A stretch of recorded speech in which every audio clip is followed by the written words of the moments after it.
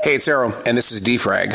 Asking the questions, questioning the answers. We haven't hit the trail yet when we do our transition walk. A transition walk, we all go through several transitions throughout the day. What did I read today?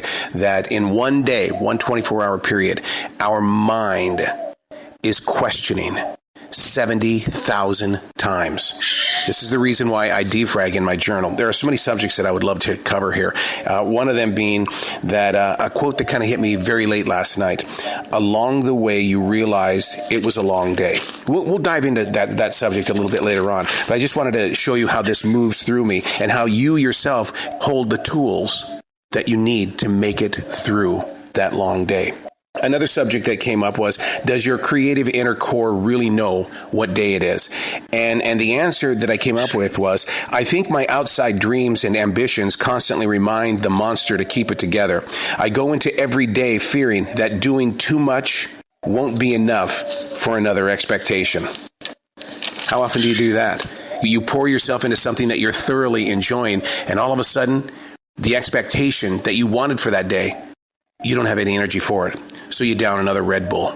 You get a power drink. You take a pill. You do something to get going. Another subject was based on when I do my defragging, my vocal defragging. It feels like that I haven't done it in a long time. It's been 8 days. And the quote that came from me when I was questioning that, why has it taken me 8 days to make it back to this point? What's really weird is that we all say that life is moving too quickly, yet when we're living it, we can't get there fast enough. Come on, you've said it too, right? Life is moving too quickly, yet when we're living it, we can't get there fast enough. We are not being fair to the process of time. And of course, I want to talk about, this is probably going to be the bigger subject today when we get out on the trail, ants. Are you familiar with that? Ants, automatic negative thinking syndrome. Ants. All right, I'll see you out on the trail in just a little bit. All right, out on the trail. I asked Alexa what the temperature was out here. She says, it's 65 degrees. Would you like to know what the forecast is? No. 65 degrees, and I come out here and I'm freezing my butt off because it's been raining. So the forest is pretty chilly. And even though Alexa says it's 65, my body feels like it's like 47. But man, how about those subjects? There's so many different subjects that are moving through us at all times. Like I was mentioning, 70,000 thoughts move through each and every one of us every single day. Are you writing down your thoughts? Are you asking questions and then questioning answers? There's so many different reasons why we do what it is that we do. And the thing is that we've got to find out why we do what it is that we do so that we can break the habit. One of my worst habits, I'm a time freak. I am. I'm a clock watcher. Not because I'm anxious to get somewhere. It's more like, how much more time do I have before I have to go to their expectations? And so I utilize every single tick on that clock to figure out where I am in my moment of now, which is the reason why we do this transition walk, because we're consistently transitioning. If we don't learn from our transitions, then what we're doing is we're shoving a huge part of our lives, especially when it comes to making decisions, we're pushing it aside. We're ignoring that self. But 70,000 questions hit us every day. I'm constantly asking myself about watching the clock. It's not a comfortable place to be.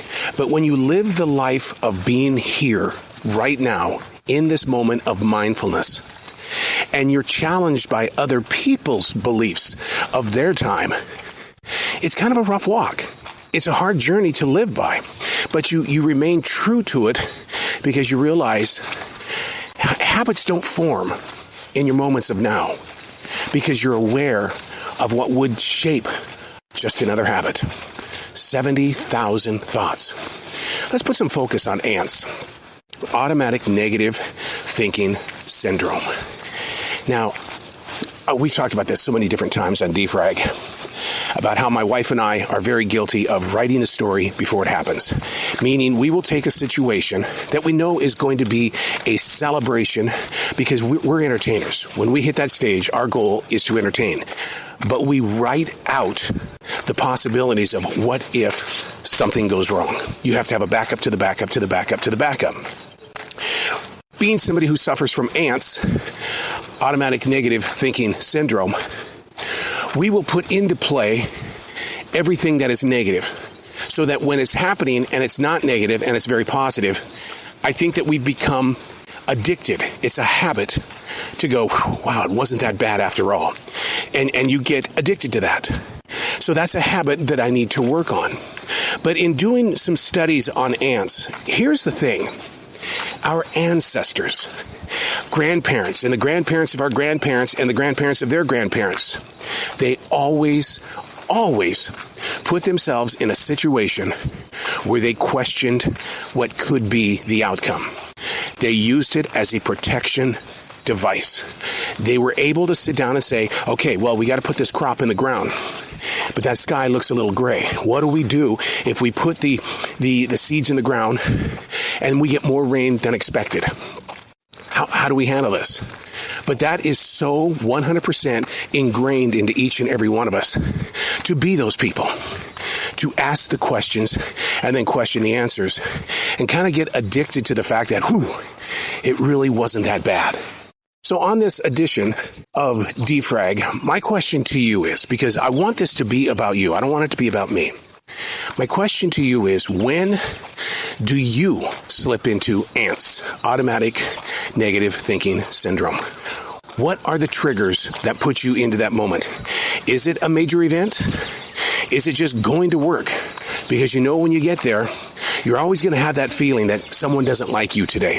I don't like that feeling. But I'll tell you what, I do hold on to them. And then I try to think, well, I'm going to let them start the conversation today.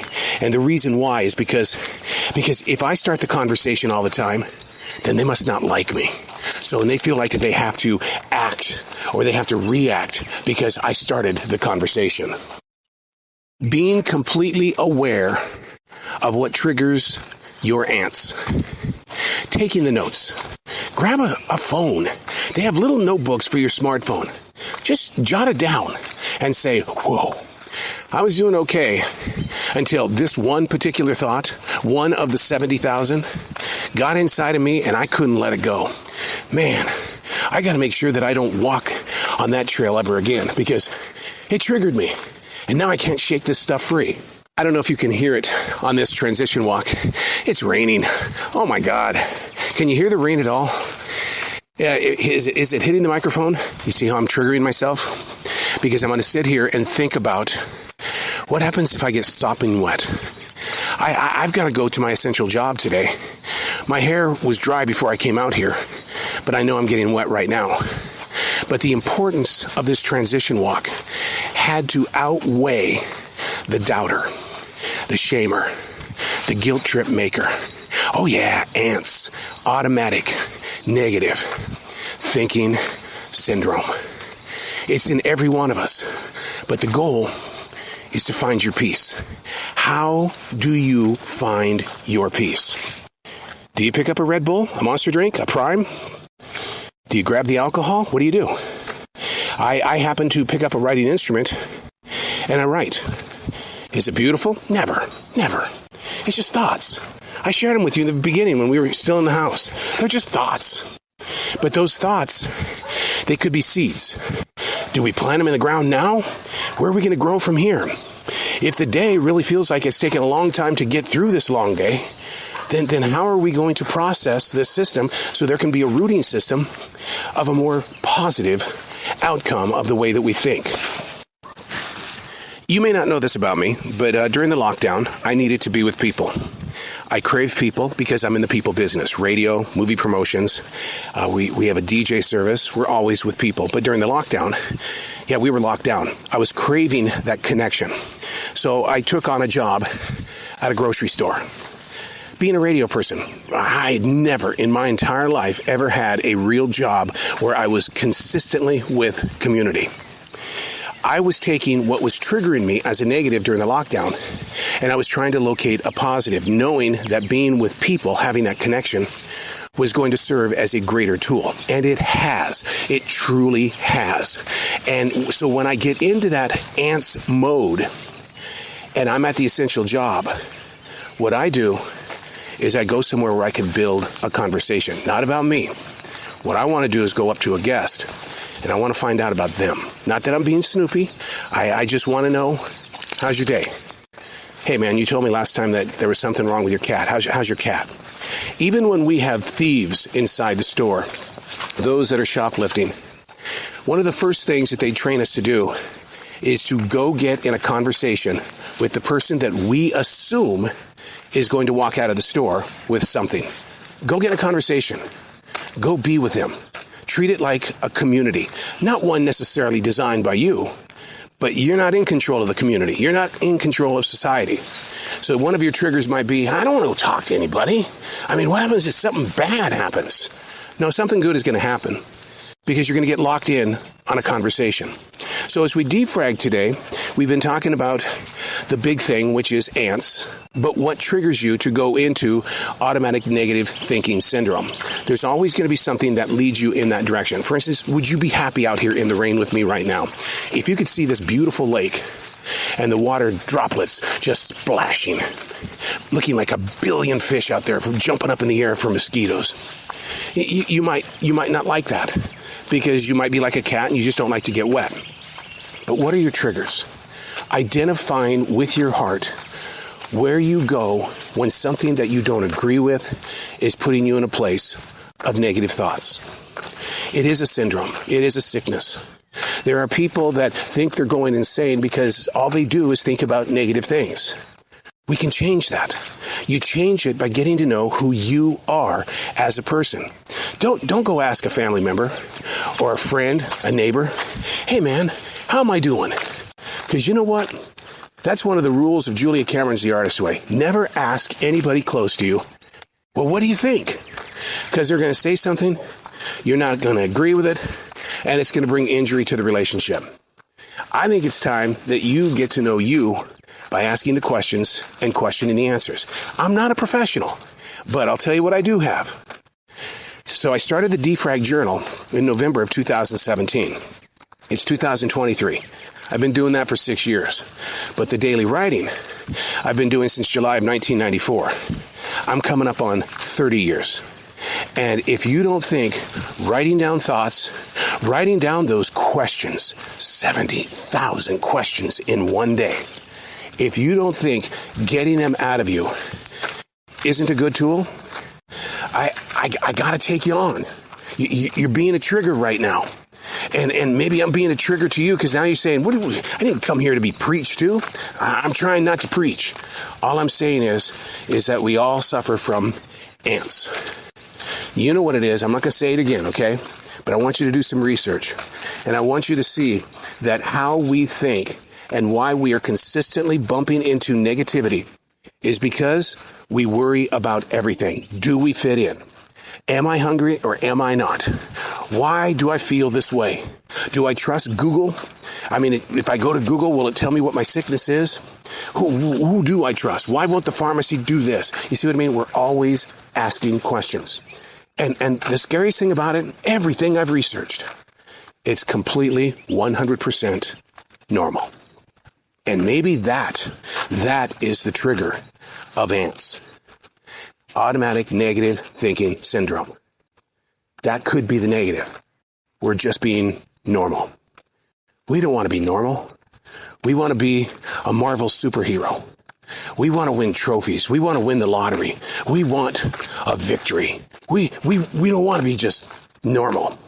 In fact, when I was going to Dr. Dave, one of the things that he told me, he says, you got to get used to just doing normal things. And I go, well, dude, I like challenging myself. I'm that guy that's going to stand on the edge of the cliff and just jump. And he goes, yeah, that's an addiction to excitement. I get it. But what's happening is that you think, you're not the professional dude. You think that you're depressed when everything that we've ever talked about and gone through has been 100% normal. Normal. Is that what's triggering your ants? Ask yourself the questions. Question the answers. That's defragging. Now, do you have to save it? I do. I save it because I go back to it and I learn from it. But I get it. In the beginning stages of your growing period, If you feel more comfortable and more secure of writing things out and then throwing it away, I'm okay with that. I have no judgment against you at all because you got it out of your system. But think of it as a walking stone. And you've got this gigantic wall of water in front of you. And you've got to get to the other side. And you know that if you step on the worst stone, you're going to fall in. So I save them to use them as future tools. I go back. I read them, not to live in my past, because it's my present I'm working on. I'm Arrow, and that's Defrag.